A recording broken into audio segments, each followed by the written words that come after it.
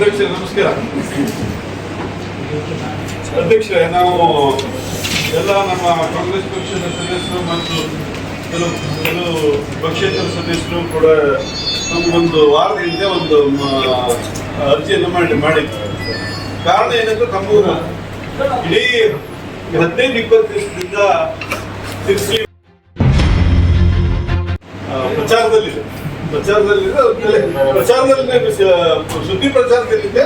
ನನ್ನ ನಗರಸಭೆ ಎಲ್ಲ ನಗರಸಭೆ ಸದಸ್ಯರು ಸಿಬ್ಬಂದಿಗಳು ಸೇರಿ ತಲೆ ತೆಗೆಸ್ಕೊಂಡು ಊರಲ್ಲಿ ತಿರುಗುವಂತ ಪರಿಸ್ಥಿತಿ ನಿರ್ಮಾಣ ಆಗುತ್ತೆ. ಆ ಕಾರಣಕ್ಕಾಗಿ ನಾವು ಸದಸ್ಯರೆಲ್ಲ ಬಂದು ಒಂದು ಪ್ರತಿಭಟನೆ ಕೂಡ ಮಾಡಿದ್ವಿ. ನಿಮ್ಗೊಂದು ಅರ್ಜಿ ಕೊಟ್ಟಿದ್ವಿ, ತುರ್ತು ಸಭೆ ಕರೀರಿ. ಯಾವ ವಿಷಯದ ಮೇಲೆ ಅಂದ್ರೆ ಪೈಪ್ಲೈನ್ ಕಳ್ತಂದ ವಿಷಯದ ಮೇಲೆ ಸಭೆ ಕರೀರಿ. ಆದ್ರೆ ತಮ್ಮ ಸಭೆ ನೋಟಿಸ್ ನಾವು 3 ದಿವಸದಿಂದ ನೋಡಿದ್ವಿ. ಆದ್ರೆ ನಾವು ಕೊಟ್ಟಂತ ಮನವಿಗೆ ಯಾವುದೇ ಸ್ಪಂದನೆ ಇಲ್ಲ, ಯಾವುದೇ ಆ ಸಭೆಗೆ ಕರೀಲಿಕ್ಕೆ ಯಾವುದೇ ಮೀಟಿಂಗ್ ಅನ್ನು ಉಳಿಲಿಕ್ಕೆ ಯಾವ ಕಾರಣಕ್ಕೆ ಅಂತ ನಾನು ಕೇಳಲಿಕ್ಕೆ ಬಯಸ್ತೇನೆ. ಯಾಕಂದ್ರೆ ಇಂಥ ಜ್ವಲಂತ ಸಮಸ್ಯೆ ಊರು ತುಂಬಾ ಚರ್ಚೆ ಆಗ್ಬೇಕಾದ್ರೆ ನಮ್ಮ ಕೆಲವು ಸದಸ್ಯರಿಗೆ ಈ ವಿಷಯ ಗೊತ್ತಿಲ್ಲ. ಯಾರೋ ಪೇಪರ್ ಓದ್ಕೊಂಡು ಅಥವಾ ಅವರು ಸೋಷಿಯಲ್ ಮೀಡಿಯಾದಲ್ಲೂ ಅಲ್ಲೆಲ್ಲ ತಿಳ್ಕೊಂಡು ನಾವೇ ಮಾತಾಡ್ಕೊಂಡು ಅವರಂತೆ ಇವರಂತೆ ಈಗ ಮಕ್ಕಳು ಇದ್ರ ಬಗ್ಗೆ ಮಾತಾಡ್ತಾರೆ. ಪೇಪರ್ನ ತಿಳ್ಕೊಂಡು ನಾವೇ ತಲೆ ತಗ್ಸ್ಕೊಂಡು ನಾವೇ ಮಾತಾಡ್ಕೊಂಡು ಮುಜುಗರ ಪಟ್ಕೊಳ್ಳುವಂತ ಪರಿಸ್ಥಿತಿ ನಿರ್ಮಾಣ ಆಗಿದೆ. ಇದಕ್ಕೆ ನಾವು ಒಂದು ಸಭೆ ಕರೆದು ವಿಷಯ ಇದಕ್ಕೆ ನಾವು ಯಾರ ಮೇಲೆ ದೋಷಾರೋಪಣೆ ಮಾಡ್ತಾ ಇಲ್ಲ. ಖಂಡಿತ ಇದರಲ್ಲಿ ಯಾರೇ ಸದಸ್ಯರಿರ್ಲಿ, ಯಾರೇ ಅಧಿಕಾರಿಗಳಿರ್ಲಿ, ಯಾರೇ ಸ್ವಾಮಿ ಹೊರಗಿನವ್ರು ಯಾರೇ ಸ್ವಾಮಿ ಇರಲಿ, ಅವ್ರು ಎಷ್ಟೇ ಪ್ರಭಾವಶಾಲಿ ಆಗಿರ್ಲಿ, ಅವ್ರ ಮೇಲೆ ಕ್ರಮ ಆಗ್ಬೇಕಂತ ನಾವೆಲ್ಲರೂ ಕೂಡ ಒಪ್ಪಿನವರಿಂದ ನಾವು ಅದಕ್ಕೆ ಬೆಂಬಲ ಕೊಡ್ತೀವಿ. ಆದ್ರೆ ಇದು ಸದಸ್ಯರಿಗೆ ಮತ್ತು ಇವರಿಗೆ, ಯಾಕಂದ್ರೆ ನಾವು ಇವತ್ತು 80,000 ಜನರನ್ನ ಪ್ರತಿನಿಧಿಸ್ತೀವಿ, 30 ಜನ ಪ್ರತಿನಿಧಿಸ್ತೀವಿ, 5 ಜನ ಸರ್ಕಾರದಿಂದ ನಾಮಿನೇಷನ್ ನಿರ್ದೇಶನ ಸದಸ್ಯರು ಕೂಡ ಇದ್ದಾರೆ. ವಿಷಯ ಗೊತ್ತಾಗಬೇಕಲ್ಲ ಎಲ್ಲರಿಗೂ, ಏನಾಗಿದೆ, ಏನ್ ಬಿಟ್ಟಿದೆ, ಕಳೆದ ಆಗಿದೆ ಹೌದು ಅಲ್ಲೋ, ಪೇಪರ್ ಸುಳ್ಳೆ ಬರ್ತಾ ಉಂಟು, ಜನ ಸುಮ್ಮನೆ ಮಾತಾಡ್ತಿದ್ರು ಅಂತ ಚರ್ಚೆ ಆಗ್ಬೇಕಲ್ಲ. ಯಾಕೆ ನೀವು ಸಭೆ ಕರೀಲಿಲ್ಲ, ಅದಕ್ಕೆ ಯಾಕೆ ಅದನ್ನ ಚರ್ಚೆಗೆ ಆಸ್ಪದ ಕೊಡ್ಲಿಲ್ಲ ಅನ್ನೋದು ನೀವು ಈಗ ನಮಗೆ ಹೇಳ್ಬೋದು. ಈಗ ನೀವು ಕೊಟ್ಟಿದ್ದ ಅರ್ಜಿ ನನಗೆ ತಲುಪಿತ್ತು.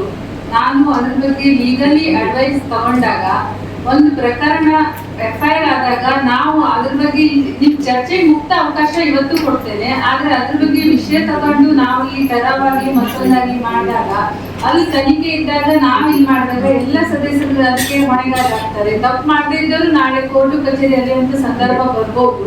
ಅದಕ್ಕಾಗಿ ನಾವು ಲಿಖಿತವಾಗಿ ಅದ್ರ ಚರ್ಚೆನ ಇಡೋದ್ ಬೇಡ.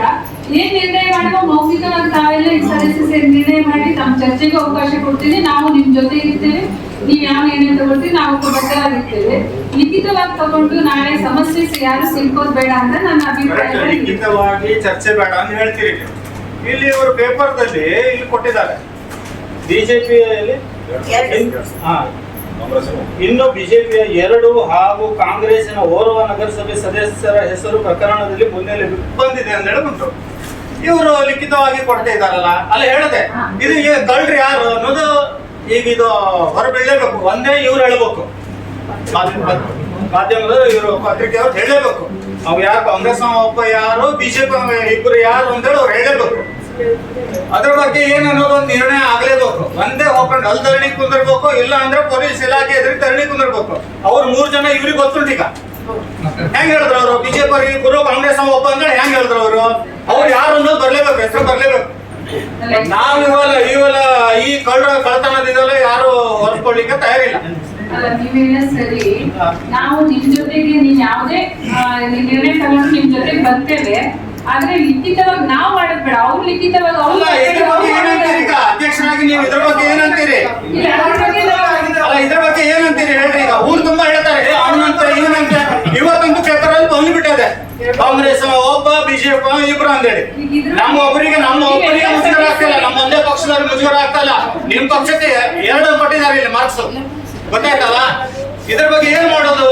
ಇಲ್ಲ ಅಲ್ಲೂ ಹೋಗಾರ ಧರಣಿ ಕುಂದಿರ್ಬೇಕು, ಅವ್ರು ಹೇಳಲೇಬೇಕು ಈ ಹೆಸರುಗಳನ್ನು. ಈಗ ಇದ್ರ ಬಗ್ಗೆ ಸದಸ್ಯರೆಲ್ಲ ಏನ್ ನಿರ್ಣಯ ಮಾಡ್ತಾರೆ ನಾವು ಬದ್ಧರಾಗಿರ್ತೀವಿ. ಅಧ್ಯಕ್ಷರೇ ಒಂದು ನಿಮಿಷ, ಈಗ ತಾವು ಲೀಗಲ್ ಒಪಿನಿಯನ್ ತಗೊಂಡ್ರಿ ಅಂತ ಹೇಳ್ತೇವೆ. ನನಗೆ ಯಾವ ಭಾಷೆಯ ಲೀಗಲ್ ಒಪಿನಿಯನ್ ತಗೊಂಡು ಅಂತ ನನ್ಗೆ ಗೊತ್ತಿಲ್ಲ. ಈಗ ನಾನು ಬಹಳ ವರ್ಷ ಪ್ರಾಕ್ಟೀಸ್ ಮಾಡ್ತಿದ್ದೆ, 3 ವರ್ಷ ಪ್ರಾಕ್ಟೀಸ್ ಮಾಡಿ ಕೋರ್ಟ್ ಪ್ರಾಕ್ಟೀಸ್ ಮಾಡಿ ಬೇಡ ಅಂತಾನೆ ಬಿಟ್ಟು ಬಂದು ನನಗೆ ಸ್ವಲ್ಪ ಕಾನೂನು ಮಾಹಿತಿ ಉಂಟು. ಇದು ಕೋರ್ಟಲ್ಲಿ ಇಲ್ಲ ಅಧ್ಯಕ್ಷ ಕೇಸ್, ಕೋರ್ಟಲ್ಲಿ ಕೇಸ್ ಇಲ್ಲ, ಕೋರ್ಟಲ್ಲಿ ನಡೀತಾ ಇಲ್ಲ ಕೇಸ್, ಪೊಲೀಸ್ ಇನ್ವೆಸ್ಟಿಗೇಷನ್ ಅಲ್ಲಿ ಇದೆ. ಈಗ ನಮ್ಮ ಹಕ್ಕನ್ನ ಕಸಿಲಿಕ್ಕೆ ಯಾರಿಗೂ ಅಧಿಕಾರ ಇಲ್ಲ, ಪೊಲೀಸರಿಗೂ ಇಲ್ಲ, ಕೋರ್ಟಿಗೂ ಇಲ್ಲ. ನಮ್ಮ ನಗರಸಭೆ ಸದಸ್ಯರಿಗಿರೋ ಅಧಿಕಾರ, ಚರ್ಚೆ ಮಾಡ್ಲಿಕ್ಕೆ ಇರೋ ಅಧಿಕಾರ ಯಾರಿಗೂ ಉಲ್ಟೇನ್ರಿ ಕಮಿಷನರೇ? ನಿಮ್ಗೆ ಯಾರದು ಒಪಿನಿಯನ್ ಕೊಟ್ಟರು ಸ್ವಲ್ಪ ಹೇಳ್ತೀರಿ ಯಾರು ಅಂತ ಹೇಳಿ? ನಾನು ನಗರಸಭೆ ಲಾಯರ್ ರಾಮ ಜೋಶಿ ಅವರ ಹತ್ರನೇ ಮಾತಾಡಿದ್ದೆ. ಈಗ ನಾವು ಏನೇ ನಿರ್ಣಯ ಮಾಡಿದ್ರೆ ತನಿಖೆ ಮೇಲೆ ಅದು ಪ್ರಭಾವ ಬೀರುವಂತ ಚಾನ್ಸಸ್ ಇರ್ತದೆ, ಹೌದಾ? ನಾವು ಅದಕ್ಕಾಗಿ ನಮ್ಮಲ್ಲಿ ನಾವು ಪ್ರಭಾವ ಎಂತ ಪ್ರಭಾವ ಏನಂತೀರಿ ನೀವು? ಕಳ್ಳು ಹಿಡೀರಿ ಅನ್ನಕತ್ತೆ ಪ್ರಭಾವ. ಯಾರಿಗೂ ತಪ್ಸು ಅಂತ ಹೇಳ್ತಾ ಇಲ್ಲ. ಕಳ್ಳು ಹಿಡೀರಿ ಅಂತ ಹೇಳಕತ್ತೇವೆ. ಎಲ್ಲ ಪ್ರಭಾವ ಮಾಡ್ತಾನೆ. ಈಗ ಮುಚ್ಚಾಕ್ರನ್ನ ಹೇಳ್ತಿದ್ದೇವೆ. ಕೇಸ್ ಮುಚ್ಚಾಗ್ಲಿಕ್ಕೆ ಅಧ್ಯಕ್ಷರೇ, ಈಗ ಪ್ರಕರಣ ದಾಖಲಾಗಿದೆ ಹೌದಾ? ಯಾಕೆ ಸುಮ್ಮನೆ ಕುತ್ಕೊಂಡಿರಿ? ಹೌದಾಯ್ತು, ನಾ ಕೇಳಲಿಕ್ಕೆ ಇಷ್ಟಪಡ್ತೇನೆ ಅಧಿಕಾರಿಗಳಿಗೆ. ಇವತ್ತು ಪ್ರಕರಣ ದಾಖಲಾಗಿದೆಯಲ್ಲ, ಇಡೀ ಊರು ತುಂಬ 31 ಜನ ಸದಸ್ಯರ ಹೆಸರು ಕೇಳಿ ಬರ್ತಾ ಇದೆ.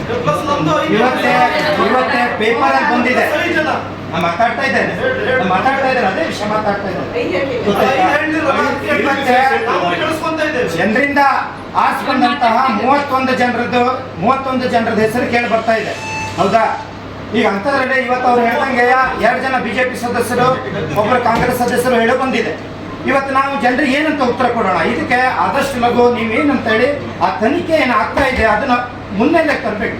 ಇವತ್ತು ಎಷ್ಟು ದಿವಸ ಆಯ್ತು, ಎಷ್ಟು ತಿಂಗಳಾಯ್ತು? 1 ತಿಂಗಳು ಹತ್ರ ಬಂತು.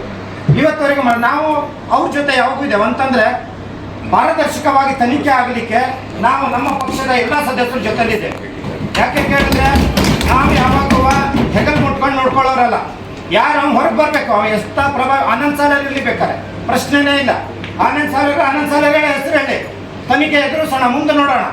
ಹಾಗಾಗಿ ನಾನೇನು ಹೇಳ್ತೇನೆ, ಇದಕ್ಕೆ ನಮ್ಮದು ಬೆಂಬಲ ಇದೆ. ನಾನು ಮೊನ್ನೆ ಒಂದು ಪ್ರೆಸ್ ಮೀಟಲ್ಲೂ ಹೇಳಿದ್ದೇನೆ, ಸಿರ್ಸಿ ನಗರಸಭೆಯ ನಾವು 31 ಜನ ಸದಸ್ಯರು ಪಕ್ಷಾತೀತವಾಗಿ ನಾವು ಹೋರಾಟ ಮಾಡ್ತೇವೆ. ಹೋರಾಟ ಮಾಡಿ